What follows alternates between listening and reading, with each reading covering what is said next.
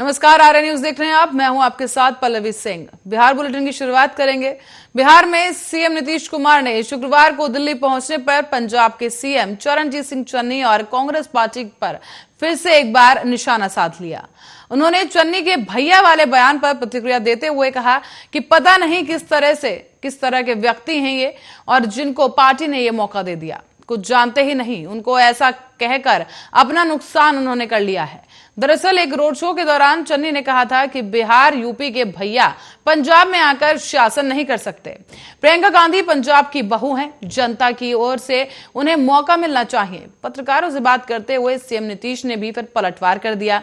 कहा कि चन्नी ने बहुत गलत बयान दिया है। बिहार के कितने लोग पंजाब में रहकर वहां के लोगों की सेवा करते हैं, कोई विदेश जाकर उनके कामों को संभालता है, और बिहार का कितना महत्व है। गुरु गोविंद सिंह का जन्म बिहार में ही हुआ था। कितनी बड़ी संख्या में पंजाब के लोग हर बार बिहार आते हैं, यहाँ के लोग उनका स्वागत करते हैं।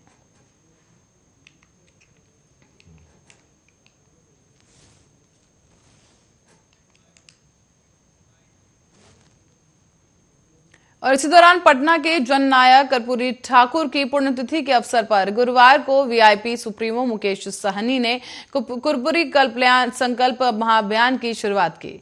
इस अभियान के तहत अति पिछड़ा समाज का आरक्षण 18% से बढ़ाकर 33% करने की मांग की गई। इस मांग के समर्थन में 50 लाख समर्थन पत्र इकट्ठा करने का लक्ष्य रखा गया। इसी अवसर पर मंत्री मुकेश सहनी ने अति पिछड़ा समाज के लिए एक खुला पत्र भी लिखा है। पत्र में उन्होंने लिखा है कि बिहार राज्य सामाजिक न्याय के मामले में देश में अग्रणी रहा।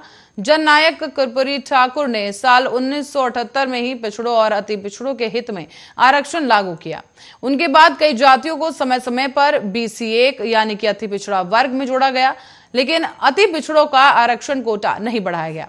इसी से पुराने अति पिछड़े जातियों को नुकसान हुआ है। साथ ही आगे ये भी कहा गया कि बिहार में अति पिछड़ा समाज की जनसंख्या 35% से अधिक है, लेकिन आरक्षण सिर्फ 18% ही मिलता है। हमारी मांग है कि आरक्षण को बढ़ाकर 33% तक कर देना चाहिए।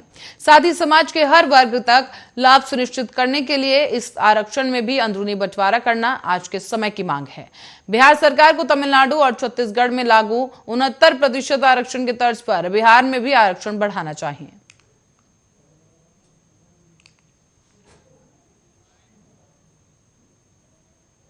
और पंजाब के मुख्यमंत्री चरणजीत सिंह चन्नी द्वारा रोड शो के दौरान बिहार और यूपी के लोगों के संबंध में दिए गए विवादित बयान पर बिहार में अब सियासत गर्मा गई है।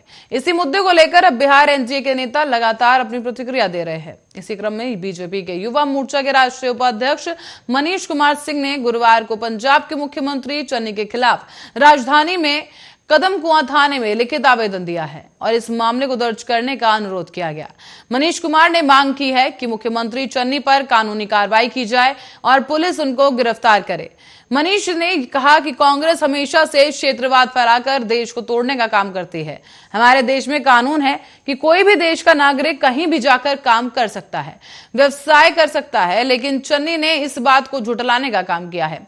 आज पंजाब जिस जगह पर है उसमें कहीं ना कहीं बिहारी भाइयों का योगदान है। मनीष ने कहा आगे कि बिहार के लोगों ने मेहनत करके पंजाब को आगे बढ़ाने का काम किया है, लेकिन वहां के मुख्यमंत्रियों ने बिहारी भैया का तिरस्कार कर उन्हें बेइज्जती करने का काम किया।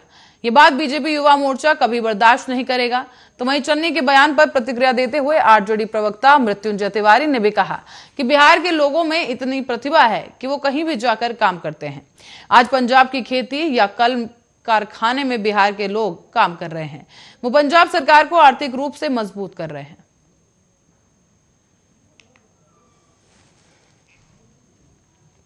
तो वहीं लोकसभा अध्यक्ष ओम बिरला ने गुरुवार को कहा कि यहां पर संसद और राज्यों की विधानसभाओं को प्रभावी बनाने के लिए जरूरी है कि जनप्रतिनिधि जनता की समस्याओं के प्रति संवेदनशील हों, उनकी उम्मीदों को विधायी तरीके से पूरा करने की दिशा में काम किया जाए।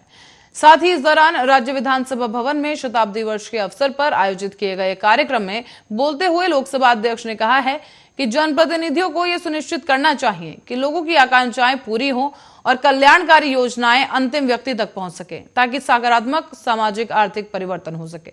बिरला ने आगे कहा कि आज हम आजादी का अमृत महोत्सव मना रहे हैं, तो हमें अपने देश और अपने लोकतंत्र को मजबूत करने के लिए खुद को फिर से समर्पित करने की जरूरत है। उन्होंने ये भी कहा कि भारत में बहुदलीय संसदीय प्रणाली है और सरकारें आती हैं जाती रहती हैं, लेकिन जो भी दल सत्ता में है उसे लोकतंत्र को मजबूत करने के लिए सकारात्मक काम करने का प्रयास करना चाहिए। बिरला ने आगे कहा कि बिहार विधानसभा और परिषद के सदस्यों के लिए एक ओरिएंटेशन कार्यक्रम का उद्घाटन किया। साथ ही विधायकों और एमएलसी की संयुक्त बैठक को संबोधित भी किया गया।